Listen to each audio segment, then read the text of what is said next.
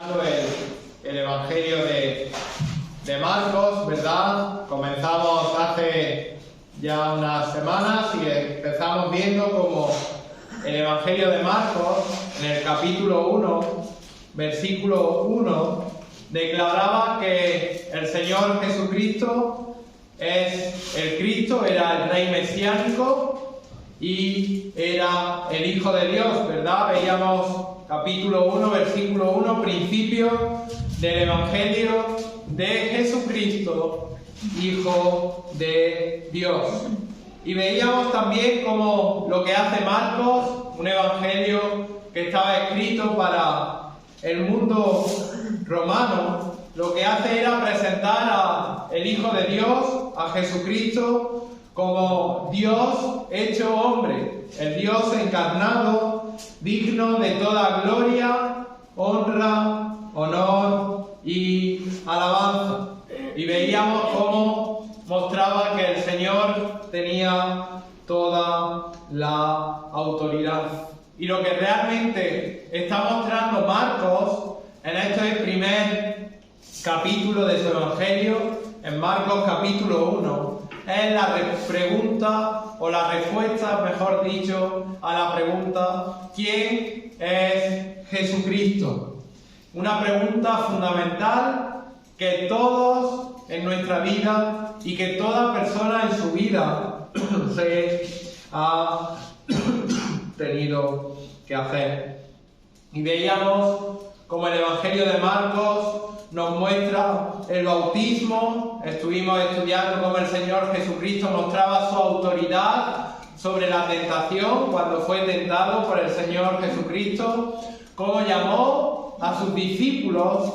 Y en esta mañana vamos a ver un pasaje que nos va a ilustrar la autoridad soberana de Jesucristo. Vamos a ver cómo el Señor de nuevo va a mostrar su autoridad en la predicación de la palabra y va a mostrar su autoridad sobre Satanás y sobre los demonios. Como vimos, como he dicho, vemos como el Señor Jesucristo, como un gran rey, fue precedido por ese heraldo real, que si recordáis era Juan el Bautista. Vimos cómo fue coronado, vimos cómo derrotó a Satanás, cómo se proclamaba el mensaje del Evangelio. Fijaros en Marcos capítulo 1, versículo 15, dice: el tiempo se ha cumplido y ¿qué? Y el reino de Dios se ha acercado. Y predicaba el Señor Jesucristo y decía: arrepentíos y creed en el Evangelio. Y vimos cómo ordenaba, ¿verdad?, a que las personas le siguieran. Y hoy se detiene ya en ese pasaje, en esa vida del Señor Jesucristo. Sabéis que al principio fue mucho más rápido. Hoy se detiene y muestra su autoridad al enseñar la palabra y muestra su autoridad sobre el pecado y los pecadores. Fijaros, vamos a leer en Marcos capítulo 1 los versículos del 21 al 28. Y leo en la versión de las Américas. Dice: entraron en Capernaum y enseguida, en el día de reposo, entrando Jesús en la sinagoga, comenzó a enseñar. Y se admiraba de su enseñanza, porque les enseñaba como quien tiene autoridad, y no como los escribas. Y aquí estaba en la sinagoga de ellos un hombre con un espíritu inmundo, el cual comenzó a gritar diciendo: ¿qué tenemos que ver contigo, Jesús de Nazaret? ¿Has venido a destruirnos? Yo sé quién eres, el Santo de Dios. Jesús lo reprendió diciendo: cállate y sal de él. Entonces el espíritu inmundo, causándole convulsiones, gritó a gran voz y salió de él. Y todos, versículo 27, se asombraron de tal manera que discutían entre sí diciendo: ¿qué es esto? Una enseñanza nueva con autoridad. Él manda aún a los espíritus inmundos y le obedece. Y enseguida su fama se extendió por todas partes por toda la región alrededor de Galilea. Fijaros, ¿qué os llama la atención, hermanos, en este pasaje? Hay un gran contraste. Hay un gran contraste entre la respuesta del pueblo ante Jesús y la respuesta de los demonios, ese espíritu inmundo. Fijaros, por una parte, el pueblo estaba asombrado por el poder y por la autoridad de Jesús. Fijaros, versículo 22 dice, se admiraban de su enseñanza. Se admiraban, versículo 27, y todos, ¿qué dice? Se asombraron.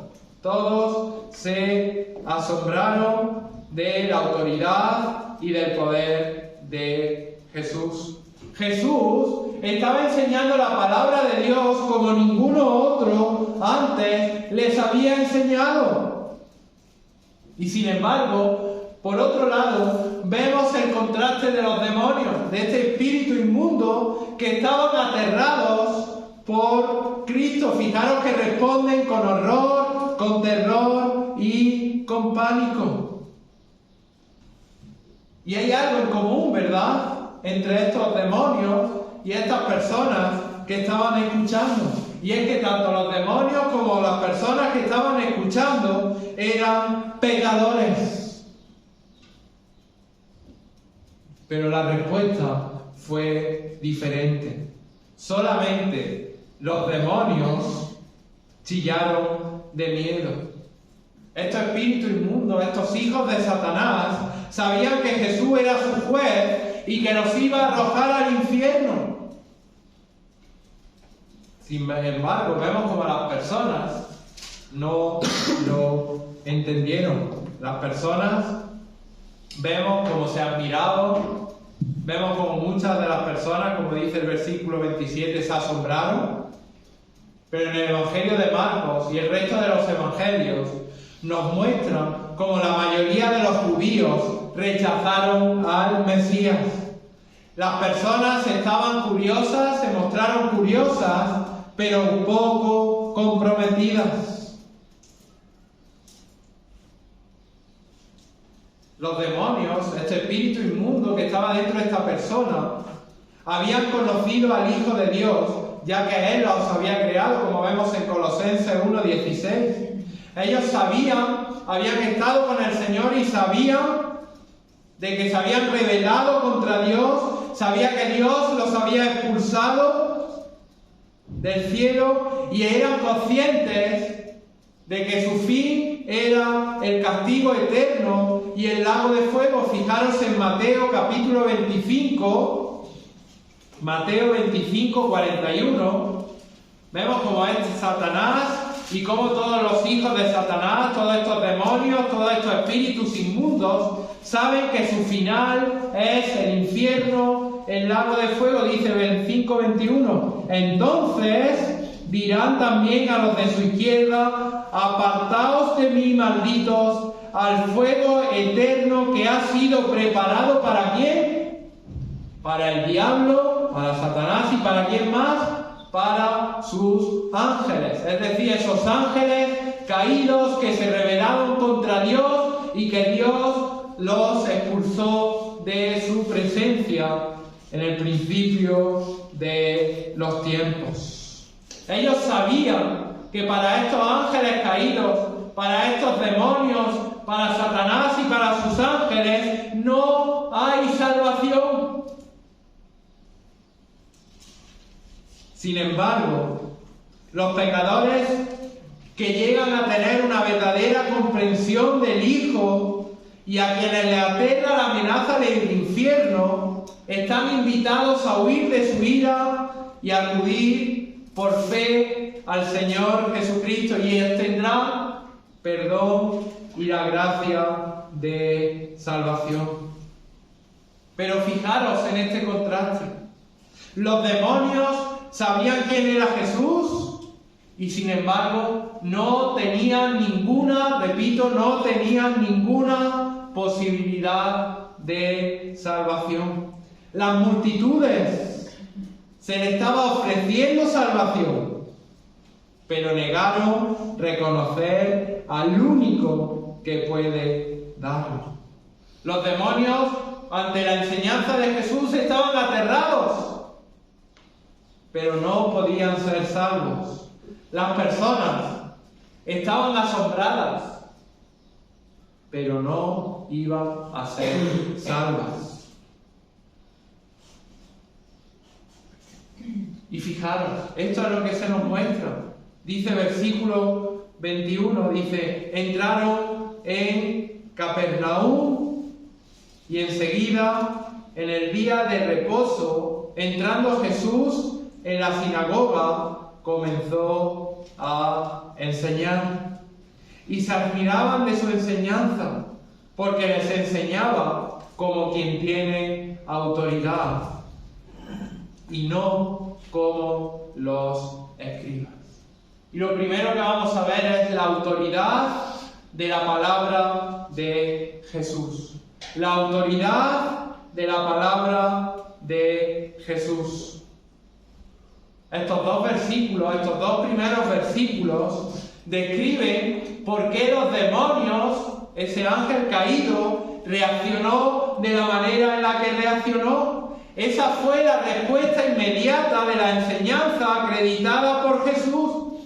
Fijaros, Marcos nos dice que Jesús y sus discípulos entraron en la ciudad de Capernaum. Esta ciudad significa pueblo de Nahum, recordando o haciendo referencia al profeta Nahum. Pero también la palabra Nahum, el nombre, significaba compasión.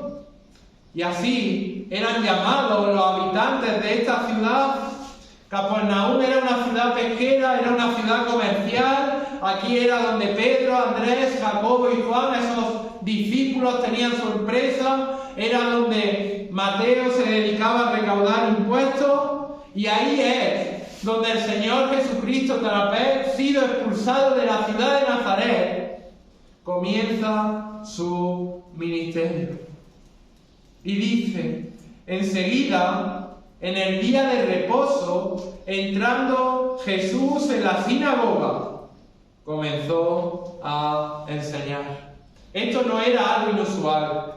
Jesús siempre acudía a la sinagoga en los días de reposo. Fijaros en Lucas, capítulo 4, versículo 16. Lucas, capítulo 4, versículo 16.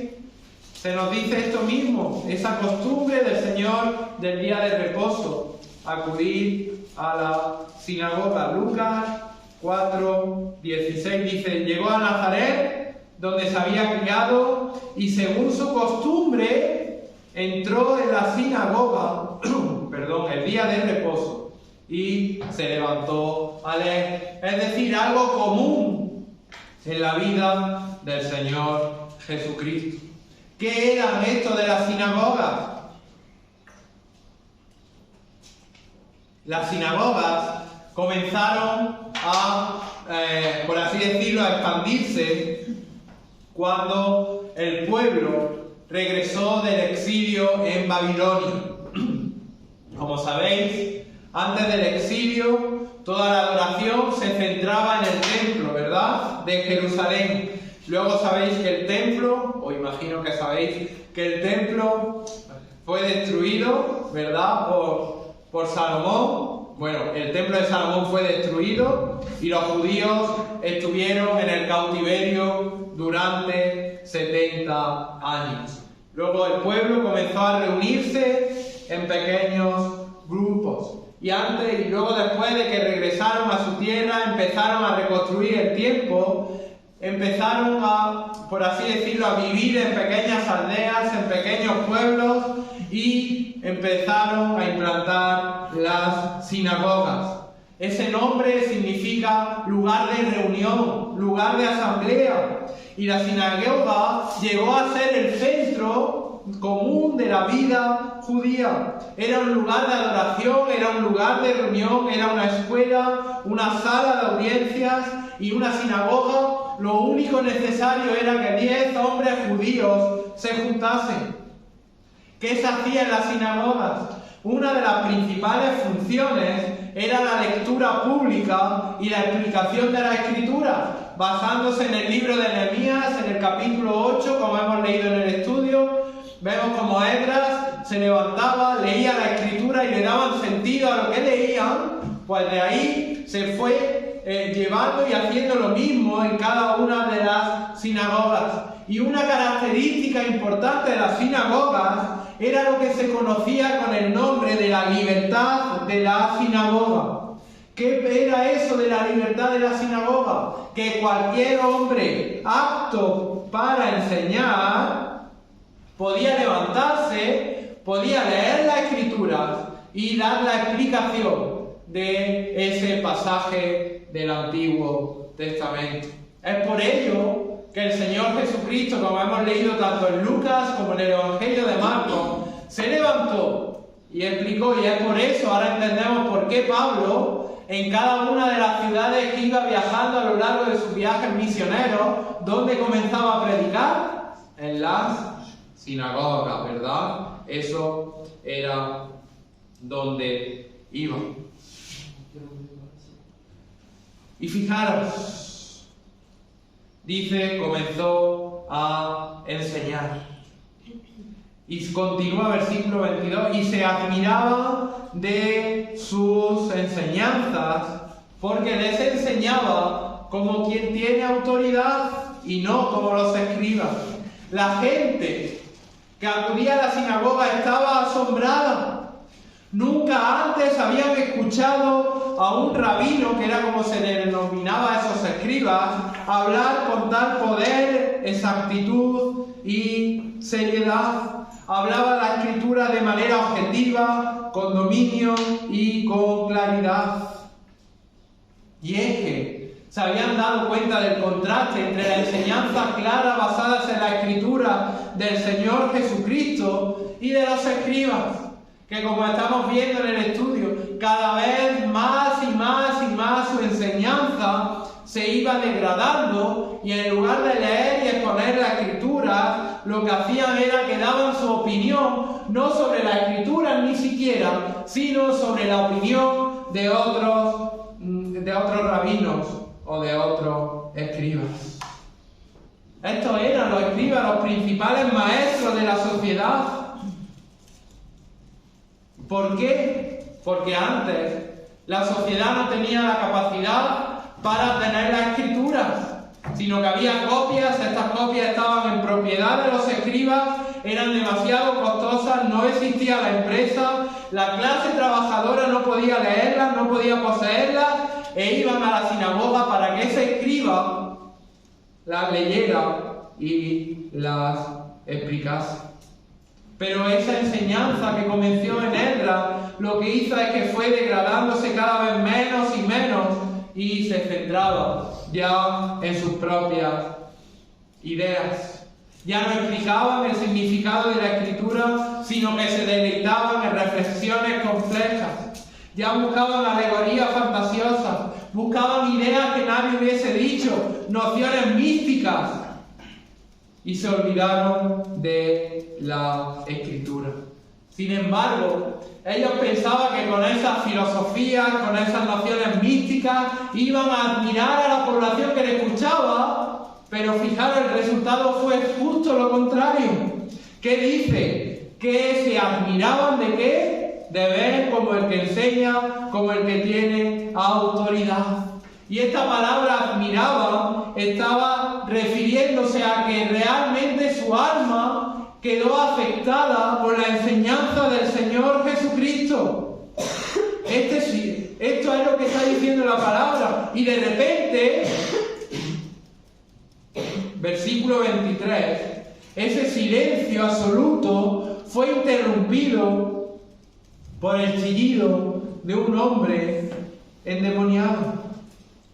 Estos demonios que estaban dentro de ese hombre habían entrado en pánico por la verdad de la predicación de la palabra de Dios, y no pudo mantenerse más oculto. Y dice versículo 23, y aquí estaba en la sinagoga de ellos un hombre con espíritu inmundo, el cual comenzó a gritar.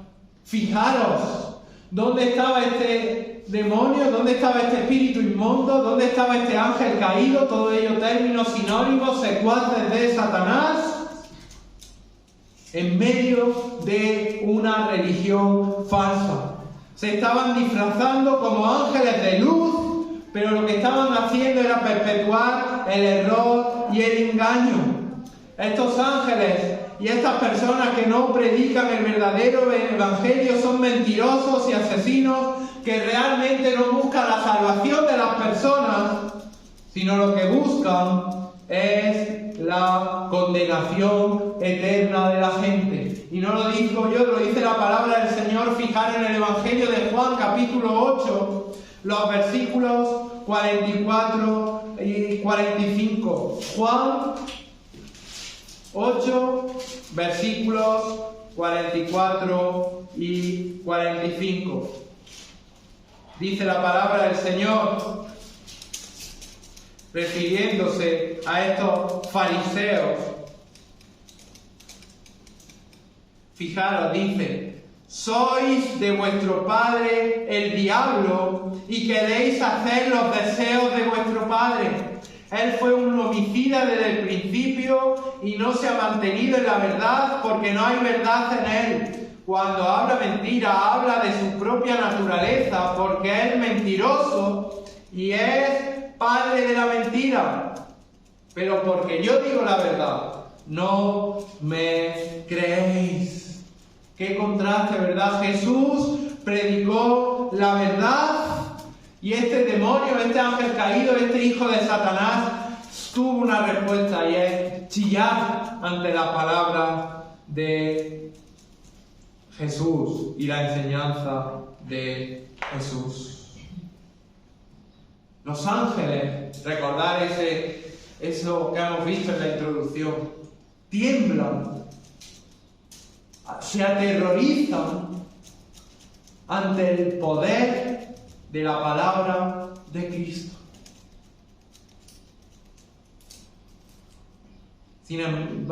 Fijaros, y hago aquí un paréntesis para que esto quede claro. Dice que un hombre con un espíritu inmundo. Es decir, este hombre tenía una posesión demoníaca. Y esto de que los hombres tenían demonios no es algo común a lo largo de la historia. Fijaros, en el Antiguo Testamento, solamente en Génesis capítulo 6, versículos 1 y 2, vamos a ir ahí, Génesis capítulo 6, versículos 1 y 2.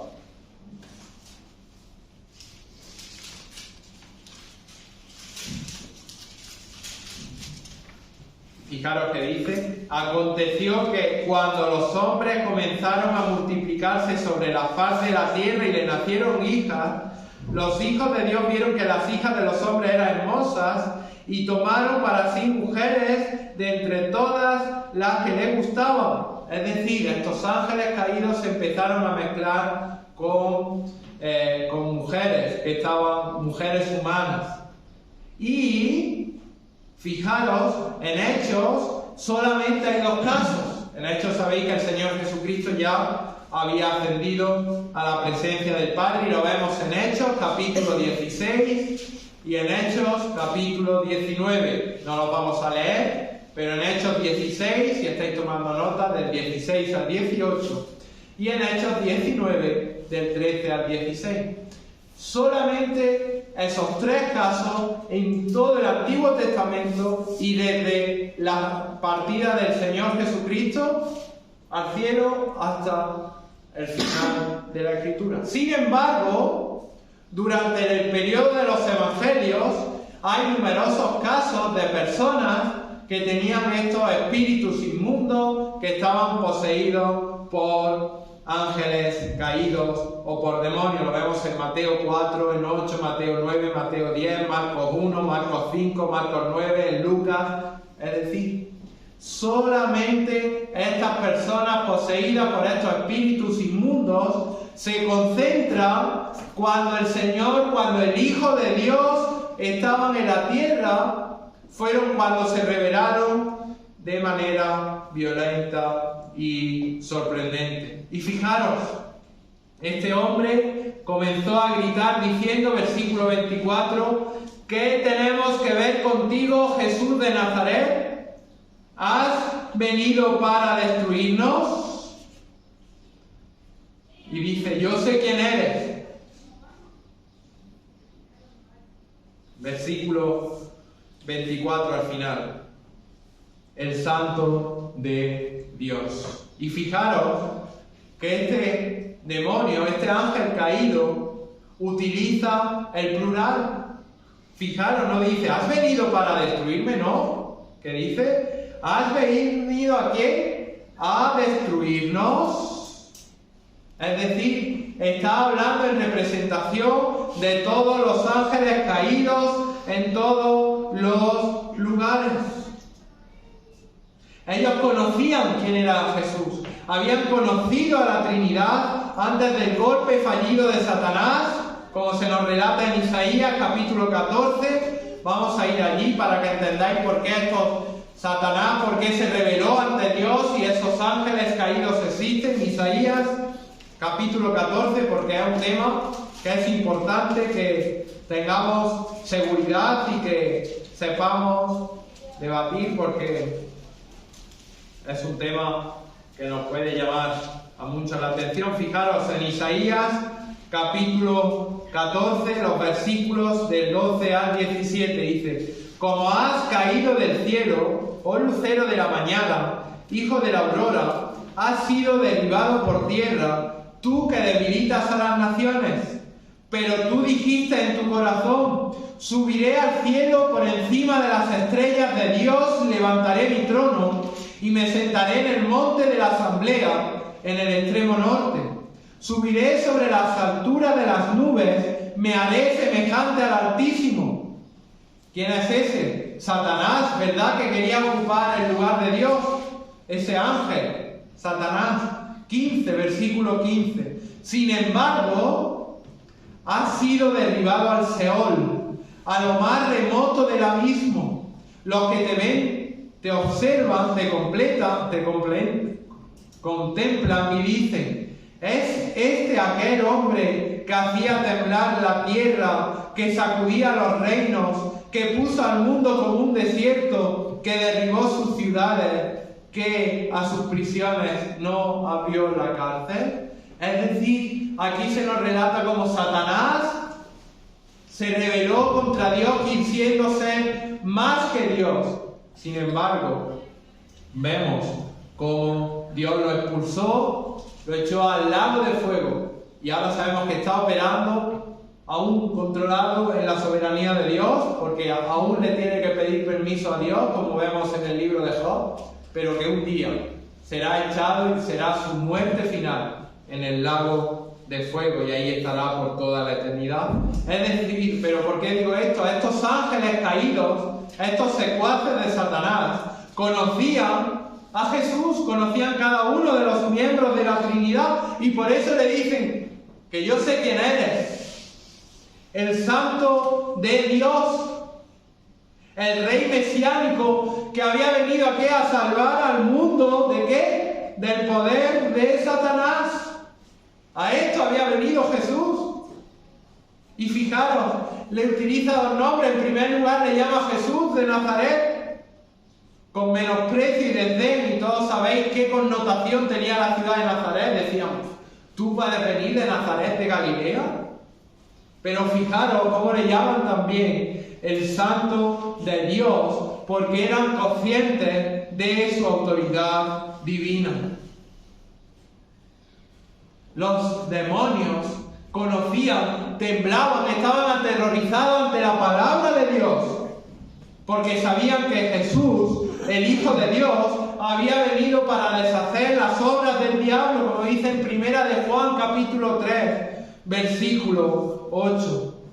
Ellos sabían, como hemos leído en Mateo capítulo 25, que iban a ser lanzados al lago de fuego. Sabían quién era Jesús. Sabían que Jesús tenía toda autoridad, todo el poder, y que allá habían sido condenados y que iban a ser arrojados al lago de fuego. ¿Y nosotros? ¿Sabemos quién es Jesús? ¿Somos conscientes de la autoridad de Jesús? ¿Sabemos que Jesús es el Hijo de Dios? Finalmente, fijaros versículos del 25 al 28. Jesús, versículo 25, lo reprendió diciendo: cállate, sal de él. Entonces el espíritu inmundo, causándole convulsiones, gritó a gran voz y salió de él. Y todos se asombraron, de tal manera que discutían entre sí diciendo: ¿qué es esto? Él manda aún a los espíritus inmundos y le obedece. Y su fama se extendió por todas partes, por toda la región alrededor de Galilea. Jesús muestra su poder, muestra su autoridad, echa al demonio, echa a este ángel caído, lo mismo que un día Satanás será arrojado al lago de fuego. Y fijaros, muy importante, ¿qué dice? Versículo 25, lo reprendió diciendo: cállate y sal de él. Simplemente le dijo: cállate, sal de él, un mandato. No necesitó diálogo, no necesitó negociación, no necesitó una lucha, sino que simplemente Jesús actuó de forma perfecta. Y lo vemos a lo largo de todo el ministerio de Jesús. Y no solamente Jesús tenía poder y autoridad para expulsar demonios, sino ¿quién también? Esta autoridad la delegó en los apóstoles. ¿En qué periodo? En el periodo en el que el Señor Jesucristo se hizo hombre y tuvo ministerio en la tierra. Fijaros, los apóstoles hicieron lo mismo. Aparecen numerosos pasajes, pero terminamos los evangelios, vemos como Jesús tuvo autoridad para expulsar a Satanás, vemos como los apóstoles tuvieron autoridad, pero ya, y buscarlo porque no hay ningún momento, no se presenta ningún exorcismo, es decir, ningún sacar a los demonios, como una práctica en la cual los creyentes debamos de participar. De hecho, cuando numerosas personas distintas a los apóstoles trataron de usurpar este tipo de autoridad, los resultados fueron desastrosos. Lo podéis ver en Hechos, capítulo 19, los versículos del 13 al 16, donde vamos a ver como los 7 hijos, vamos a leerlo en Hechos 19, los versículos del 13 al 16. Y los 7 hijos de Ceba, fijaros, quisieron apoderarse de esa autoridad en Hechos 19.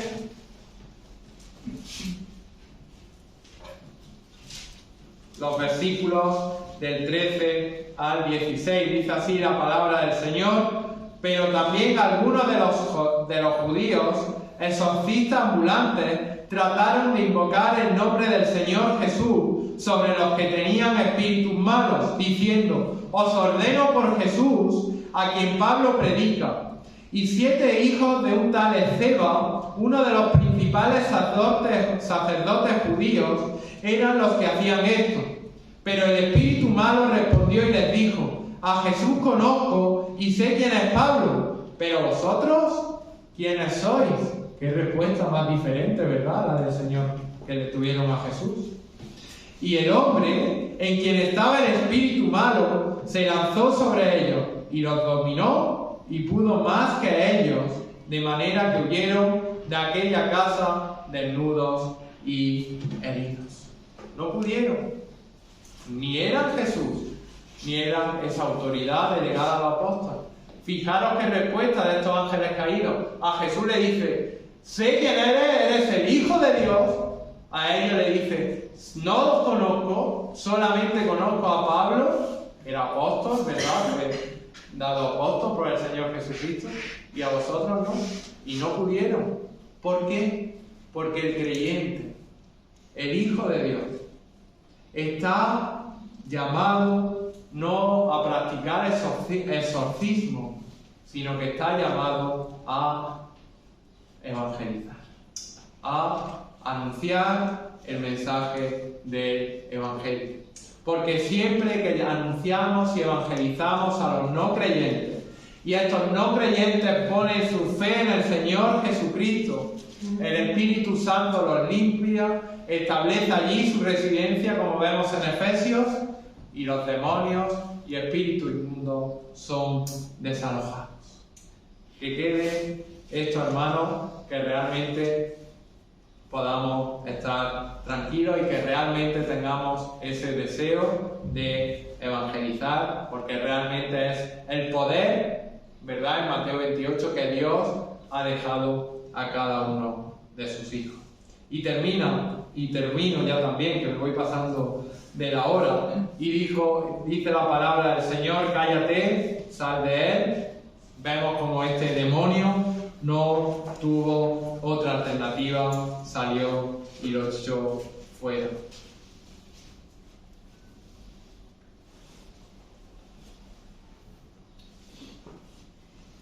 Fijaros, dice y termina versículo 27, y todos se asombraron. La multitud que estaba en esa sinagoga, que ya había quedado asombrada por la predicación de la palabra del Señor, comenzó a cuchichear acerca de lo que había ocurrido.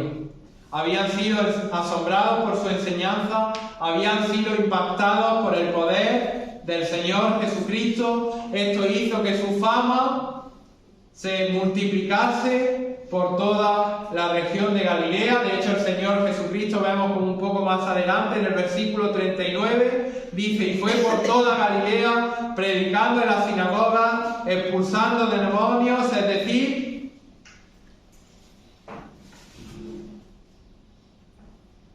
pero la respuesta de los pecadores fue solamente asombro.